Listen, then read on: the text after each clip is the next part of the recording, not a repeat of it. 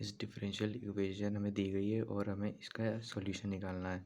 अब देखो इसको सॉल्व कैसे करेंगे। सबसे पहले जो ये ऐसी इक्वेशन लिखी है ना, ये जो इसमें dy/dx जो है इसको तुम d से रिप्लेस कर सकते हो। तो इसको सिंपली यहाँ पर d²/dx² है तो ये ऐसे लिख दिया जाएगा। y तो ऐसे ही रहेगा, यहाँ पर -2 dy/dx को ऐसे लिख दूंगा -2d +2y भी ऐसे ही रहेगा। ये जो राइट हैंड जो चीज़ है ये सिंपली ऐसी रहेगी। अब देखो इसकी ऑक्सिलरी इक्वेशन भी लिखी जाएगी। इसमें हम इसको डी को ना, यहाँ पर जितना भी डी है यहाँ पर वाई लिखना भूल गया हूँ, तो इसको एम से रिप्लेस कर दोगे। तो यहाँ पर सबसे पहले इसको ऐसे लिख लिया करो, वाई सबसे कॉमन आ जाएगा, ठीक है। यहाँ पर ऐसे ही रहेगा। जब तुम यहाँ पर एम से रिप्लेस करोगे डी को, तो यहाँ पर ये जो इक्वेशन है ज़ीरो के बराबर आ जाएगी और ये हो जाएगा m² -2m +2। यहाँ से y तो हट जाएगा और ये जो राइट हैंड चीज़ जो लिखी रहेगी ना ये भी हट जाएगी। उसके बाद तुम्हें इसके रूट्स निकालने होंगे। अब इसके रूट्स निकालोगे तो इसके रूट्स वही क्वाड्रेटिक फार्मूला लगा के जो आएंगे वो हो जाएंगे m = 1 ± आयोटा। तुम वो लगा के देख लेना, सीधा हजार फार्मूला जो भी होता है। तो इसके बाद जब ये m की वैल्यू ये आ गई, इसके बाद इसकी लिखी जाएगी CF कॉम्प्लीमेंट्री फंक्शन। तो इसको ऐसे लिख सकते हैं कि देखो यहाँ पर रूट्स जो हैं इसके मतलब कि इसके इमेजिनरी रूट्स हैं, है ना। तो इमेजिनरी रूट्स जब होते हैं तो ये जो ये है ना 1 जो देख रहे हो, ये सिंपली यहाँ ऐसे आ जाता है ई और इसके ऊपर एक्स आ जाता है। ये जो वन होता है ना इसके साथ इसके कोफिशिएंट के में लगा होता है और इसको ब्रैकेट में अंदर कर देते हैं।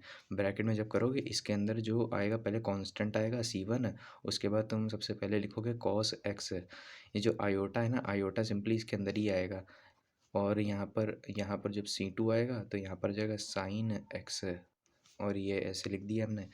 और देखो यहाँ पर अगर तुम नोटिस करो तो यहाँ पर sin hx लिखा हुआ है। यहाँ पर sin hx का मतलब सिंपली ये है कि sin hx = e⁻x - e⁻−x / 2। इसको ऐसे लिख सकते हैं। तो अब देखो इसका CF निकाल दिया हमने। अब इसका हमें निकालना है PI, ये होता है पर्टिकुलर इंटीग्रल। तो इसका पर्टिकुलर इंटीग्रल निकालने के देखो ये जो हमने ये शुरुआत में ये जो चीज़ लिखी थी ना, मतलब कि ये जो चीज़ लिखी थी इसको सिंपली नीचे रख दोगे ऐसे ऐसे। यहाँ पर 1/, इसी से डिवाइड करोगे d² - 2d + 2, इसको ऐसे लिख दिया। उसके बाद जो राइट हैंड साइड चीज़ें ये थी इसको यहाँ पर सीधा ऐसे यहाँ से इसके मल्टीप्लाई कर दो इनसे। तो हो जाएगा sin hx + sin√2x।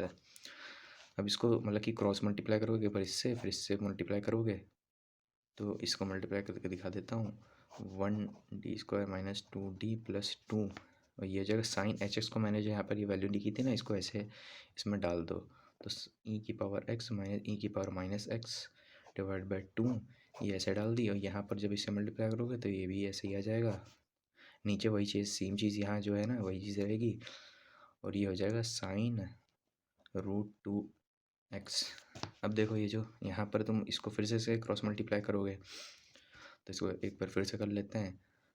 तो ये हो जाएगा 1/d² - 2d + 2 और e⁻x और मतलब 1/2 जो यहाँ पर ये बाहर ऐसे लिख दो और -e⁻−x और यहाँ पर d² - 2d + 2। अब देखो ये जो x के साथ जो कोफिशिएंट है ना, यहाँ पर कोफिशिएंट इसका 1 है, यहाँ पर भी कोफिशिएंट इसका -1 है ना। ये जो यहाँ पर कोफिशिएंट है ना इसका -1 है। तो इसको ना इसमें डाल दो और इसमें मतलब कि d² में d में, ठीक है। तो इसको डाल दो तो 1/2 ई की यहाँ पर कोफिशिएंट 1 है तो डी मतलब कि यहाँ पर जब 1 आएगा तो 1 का स्क्वायर 1 होता है, माइनस यहाँ पर भी हो जाएगा तो -2 हो जाएगा, यहाँ पर +2 हो जाएगा। वैसे यहाँ पर माइनस का साइन लगा दो, ये हो जाएगा। यहाँ पर e⁻x लिखे रहने दो, यहाँ पर e⁻−x है, यहाँ पर माइनस जो इसमें आएगा तो ये 1 हो जाएगा और ये हो जाएगा +2, यहाँ भी हो जाएगा +2। उसके बाद ये माइनस इसे लगा देता हूँ मैं। उसके बाद इसको सॉल्व करो, इसको जब सॉल्व करोगे तो यहाँ पे इसको थोड़ा सॉल्व कर लेते हैं। sin√2x / d² - 2d + 2। अब देखो इसमें क्या होता है कि जो ये साइन या फिर कॉस के अंदर जो भी कोफिशिएंट होता है एक्स के साथ उसको सिर्फ d² में डाला जाता है ना। अगर d क्यों भी ऐसे लिखा होगा तो इसको ऐसे लिख सकते हैं d².d है ना, तो सिर्फ d² में आएगा, d में इसका जो है ना कोफिशिएंट नहीं जाएगा। और जब इसका कोफिशिएंट हम d में डालेंगे तो जो वैल्यू आएगी वो माइनस में आएगी, मतलब कि ऐसा लिखा हुआ है और मैंने इसका कोफिशिएंट जब इसमें डाला तो रूट 2 का स्क्वायर जो होता है ना 2 होता है सिंपली, है ना। लेकिन यहाँ पर सिर्फ 2 नहीं लिखेंगे, यहाँ पर -2 लिखेंगे, ठीक है। फिर यहाँ पर -2d, क्योंकि इसमें कुछ असर नहीं आएगा, सिर्फ डी स्क्वायर को देखते हैं, और +2 ऐसे लिख देते हैं, तो कैंसिल हो गया। अब देखो यहाँ पर ये जो ऐसी वैल्यू बनेगी। अब देखो जब भी जो हमारा फंक्शन ऐसे लिखा हो ना, इसमें इसके डिवाइडेड बाय डी हो, तो इसको इंटीग्रेट करते हैं। अब इसको इंटीग्रेट कर लो, है ना। तो इसको अगर मैं इस तरह नहीं दिखा जाता, मतलब किनारे इंटीग्रेट कर दो इसको दिखा के, लेकिन मैं ऐसे डायरेक्ट कर रहा हूँ, तो हो जाएगा कॉस √2x और डिवाइडेड बाय √2। और साइन का जो वो होता है ना इंटीग्रेशन, वो माइनस कॉस होता है, लेकिन माइनस बाहर लगा हुआ है, तो हो जाएगा प्लस। और यहाँ पर ये जो 2 था ना, ये 2 भी यहाँ पर ऐसे ही बाहर आएगा, इसको -2 ऐसे लिख देते हैं, यहाँ पर भी 2 ऐसे लिख देते हैं। अच्छा, जब यहाँ पर माइनस साइन लगा ना, तो यहाँ पर ऐसे दिखा दो, क्योंकि यहाँ पर 2 माइनस आएगा तो गलत हो जाएगा। इसका इंटीग्रल ये आ जाएगा, ठीक है।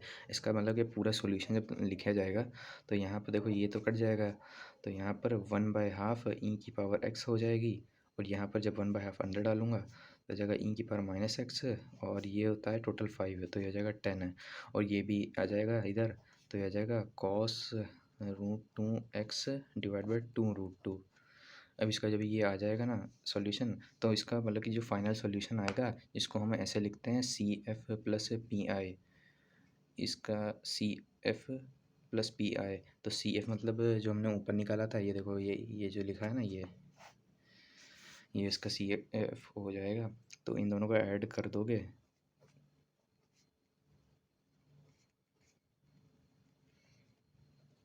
और इसको भी ऊपर वाले को यहाँ पर भी ऐड करके ऐसे लिख दोगे। जो ऊपर वाली चीज़ है ना, इसको मैं बोल देता हूँ A।